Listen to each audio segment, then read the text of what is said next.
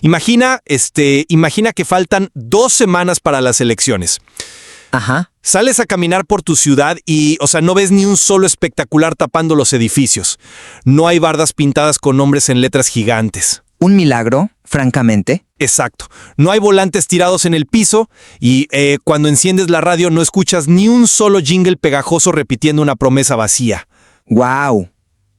¿Solo silencio? Puro silencio publicitario.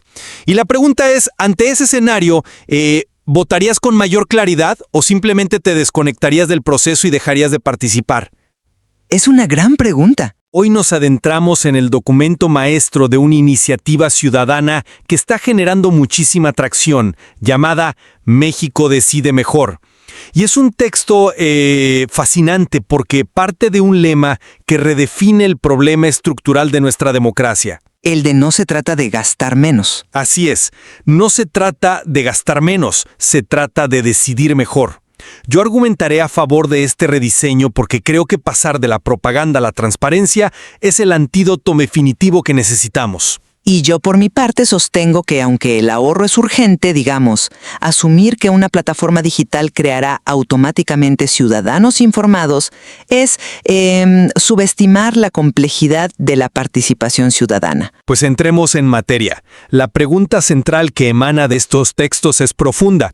¿Puede la sustitución de nuestra costosísima propaganda electoral tradicional por una plataforma digital y debates universitarios garantizar una mayor calidad en el voto? Y es un punto de partida provocador. Normalmente, cuando analizamos la crisis de las instituciones electorales, nos enfocamos en una radiografía puramente financiera. Claro, en los pesos y centavos. Exacto. Vemos los números, identificamos el gasto excesivo y decimos, bueno, aquí está el problema. Nos gusta que las crisis tengan una métrica clara. Sí, es más fácil medirlo así. Pero este documento nos obliga a ir más allá del dinero y entrar al terreno de la conducta ciudadana. Lo cual me parece el enfoque correcto. Lo que yo encuentro sumamente sólido en esta propuesta es justo el rediseño estructural. Dejar de subsidiar la atención a través de propaganda masiva y transitar hacia la transparencia total y verificable. Entiendo el atractivo de esa visión, totalmente, y comparto que la reducción de este multimillonario costo electoral es un imperativo que no admite demora. Es insostenible, pero mi lectura del documento me deja con una preocupación central. Al confiar de manera tan desproporcionada en herramientas digitales y en el sector universitario, la iniciativa podría, paradójicamente, no mejorar la calidad del voto en la base de la pirámide social. A ver, para entender por qué la iniciativa propone una cirugía mayor, creo que debemos dimensionar la enfermedad, digamos, con los datos duros que nos presenta el diagnóstico. Las cifras del anexo económico. Exactamente. Si revisamos el anexo económico, las cifras te dejan helado.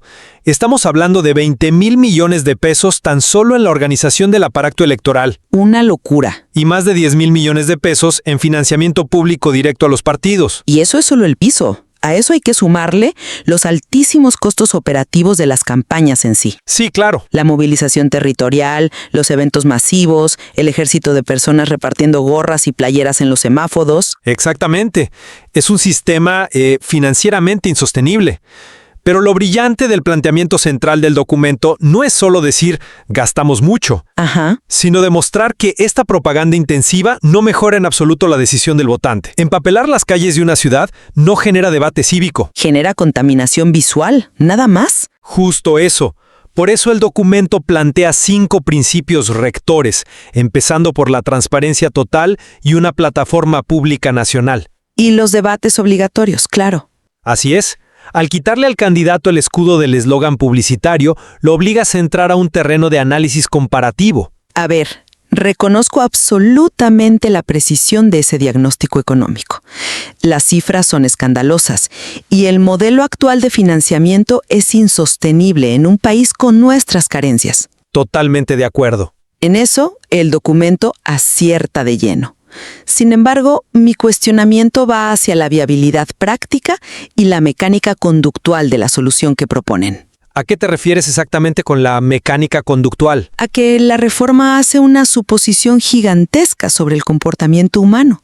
Asume que al eliminar los espectaculares y las lonas, el ciudadano promedio mágicamente va a abrir su computadora. Bueno, no mágicamente... O sea, que va a leer esos datos súper detallados sobre el patrimonio y los conflictos de interés, los procesará con rigor y emitirá un voto razonado. Ya veo por dónde vas. La democracia no requiere únicamente que la información exista pasivamente en un servidor digital, ¿sabes?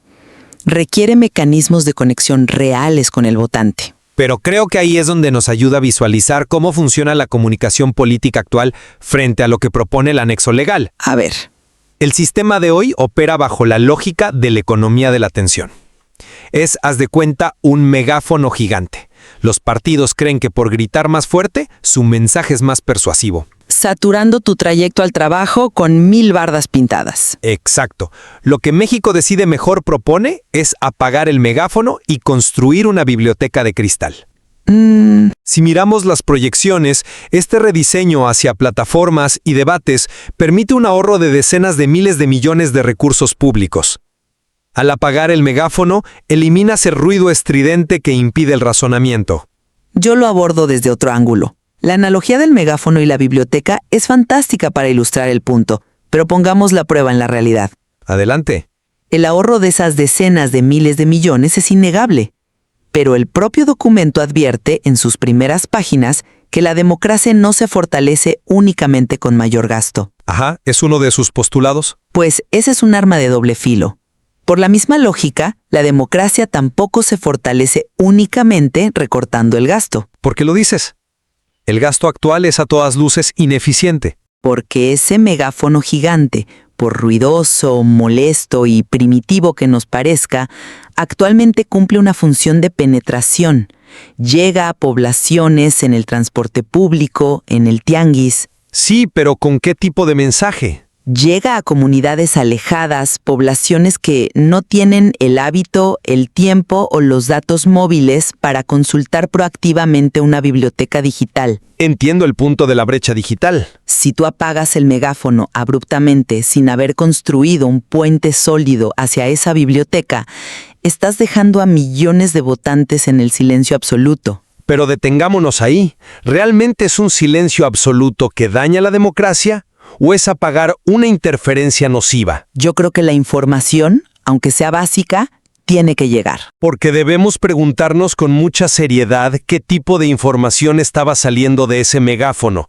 Una lona plástica con un rostro sonriente y la frase "por tu familia" no es información democrática. Pues no, es marketing. Es marketing básico. Es condicionamiento publicitario.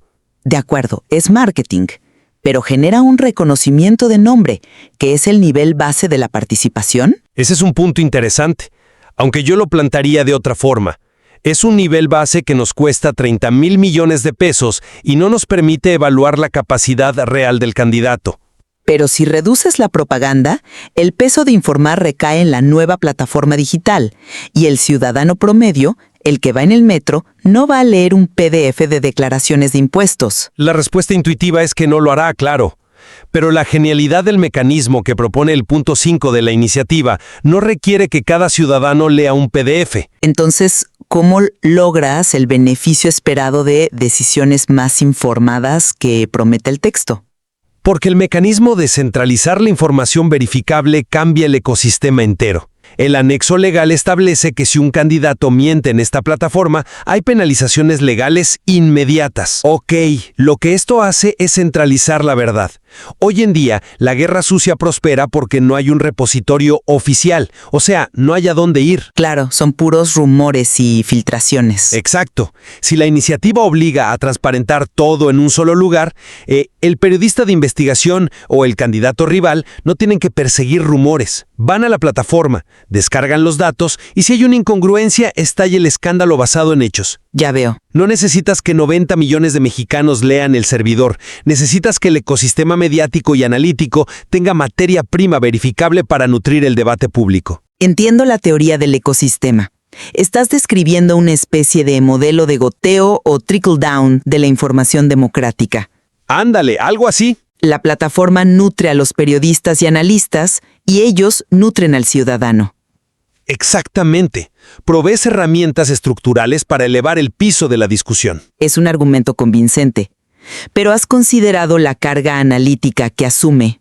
¿A qué te refieres? La mera disponibilidad de un dato, digamos que un candidato declare acciones en una constructora, no se traduce automáticamente en conocimiento cívico para el votante promedio. No, pero da las bases para que alguien más lo traduzca. Pero lo que hace esta plataforma es trasladar la carga de la interpretación a un ciudadano que ya está agotado o bien a los medios de comunicación que tienen sus propias agendas. Eso siempre ha existido. Sí, pero asumir que la plataforma por sí sola eleva la calidad del voto es confundir el simple almacenamiento de datos con pedagogía democrática.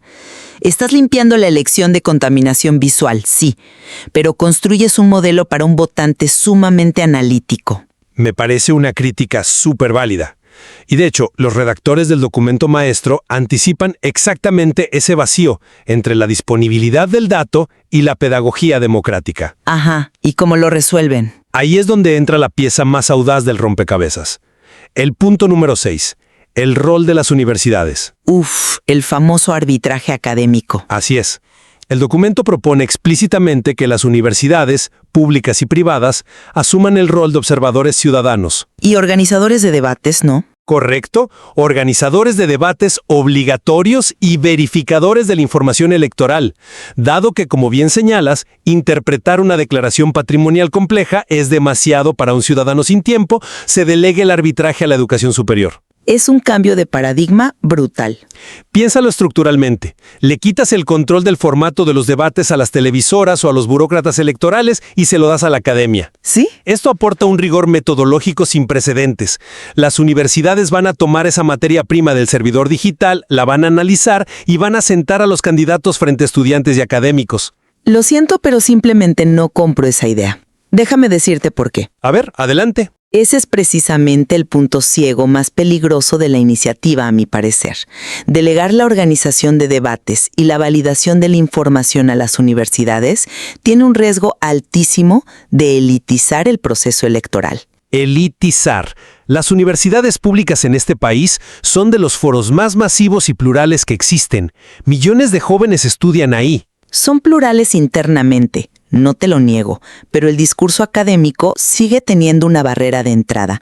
Históricamente, existe una desconexión, una brecha profunda entre el lenguaje universitario y la realidad de las calles. Pero no estamos hablando de tesis doctorales, estamos hablando de debates. Pero operan bajo códigos metodológicos que no siempre resuenan con el electorado general.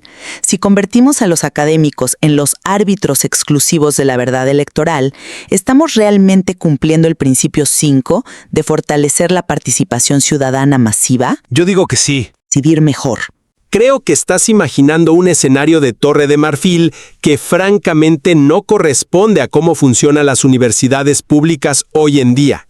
No es una torre de marfil, es simplemente un problema de formatos y audiencias. Imagina un debate diseñado por doctores en ciencias políticas. Sería un debate de altura. Metodológicamente será impecable. Van a cuestionar las tasas de interés de la deuda estatal que propone el candidato. Pero ¿ese debate logrará conectar con las urgencias de la persona que viaja 2 horas en transporte público todos los días? Claro que sí, porque la deuda estatal afecta su bolsillo. Sí, pero hoy esa persona decide su voto por la cercanía que sintió en un meeting de su colonia. Corremos el riesgo de crear un ejercicio estéril en su alcance social. Híjole, discrepo radicalmente con la idea de que sea estéril. Al contrario, las universidades son motores orgánicos de distribución de información. ¿Orgánicos? Totalmente. Cuando la iniciativa plantea que los debates ocurran en las universidades, no está excluyendo a la clase trabajadora, está utilizando a los cientos de miles de estudiantes como punta de lanza. O sea, ¿los estudiantes como mensajeros? Exacto. Esos jóvenes regresan a sus casas, a sus barrios, y llevan consigo información ya procesada y verificada. Además, el anexo legal busca modificar la Constitución para quitarle el monopolio de la narrativa a las cúpulas de los partidos. A través de la universidad. ¿Sí? Si una universidad pública, en un debate, expone con los datos de la plataforma que un candidato está mintiendo sobre su plan de seguridad, ese clip de video inunda las redes sociales en minutos. Bueno, eso sí pasa actualmente con los clips virales. Es un sistema de contrapesos mucho más democrático y horizontal que el actual, donde el mentado piso parejo solo significa que todos los partidos tienen derecho a gastar miles de millones de nuestros impuestos en saturar la televisión. El mecanismo de irradiación que describes suena perfecto en el papel. Los estudiantes validan el dato, lo suben a sus redes, el algoritmo lo premia y la verdad triunfa. ¿Es la democratización de la información? Pero volvemos a tropezar con la sociología de nuestro entorno. Todo este andamiaje asume una conectividad óptima y un interés cívico proactivo y constante. ¿Y no deberíamos aspirar a construir ese interés proactivo en lugar de conformarnos con el modelo clientelar de siempre? Claro que debemos aspirar a ello. Como investigadora, es lo que más deseo. Pero la política pública no se diseña solo para la sociedad que aspiras tener, sino para la que tienes hoy. Pues sí, pero hay que empujar el cambio. Hoy en día, el debate público real, el crudo, ocurre en los mercados, en las plazas públicas, en la dinámica de las calles. Al reducir las campañas a su mínima expresión material, estamos apostando por un experimento social gigantesco. Estás asfixiando la guerra sucia, no el debate público. Quitas la estructura territorial de un plumazo. Y mi temor es que en el corto plazo, esto resulte en una exclusión involuntaria de los sectores más vulnerables. A ver, pero mantener la estructura territorial actual no es inclusión. Es mantener viva una maquinaria de clientelismo y muchísimas veces de acarreo puro y duro. No lo niego. El acarreo es una realidad. Esa maquinaria se alimenta justamente de los recursos que detalla el diagnóstico del documento. Cuando analizamos la totalidad de México decide mejor, la conclusión hacia la que me inclino es que estamos ante una evolución que ya no podemos postergar. Es una terapia de shock al sistema, sin duda. Una terapia de shock completamente justificada. Obligar a los candidatos a transparentar todo en un ecosistema digital con consecuencias legales me parece el único camino comprobable para tener elecciones maduras. Y someterlos al escrutinio universitario. Exacto. No podemos seguir equiparando el despilfarro multimillonario con la vitalidad democrática. Tenemos que forzar la transición. Esta iniciativa, con todos los retos que bien señalas, nos da las herramientas para honrar el lema y decidir mejor. Mi postura final se mantiene en la cautela analítica, aunque celebro profundamente la disrupción que plantea el documento. Es que es un sacudón necesario. Recapitulemos. Para ponerlo en perspectiva, el diagnóstico que hacen es impecable y valiente. Los costos del sistema, esos más de 30,000 millones combinados, representan una ofensa en el contexto de nuestra realidad nacional. Totalmente de acuerdo. Reducir ese dispendio es una urgencia indiscutible. Sin embargo, mi reserva técnica sobre la arquitectura de la solución persiste. ¿Por el tema de la inclusión? Así es. Una plataforma digital verificable y el arbitraje universitario son conceptos excelentes, pero me preocupa que estemos diseñando un modelo para un votante idealizado, ignorando nuestras profundas asimetrías tecnológicas. Es un riesgo, sí.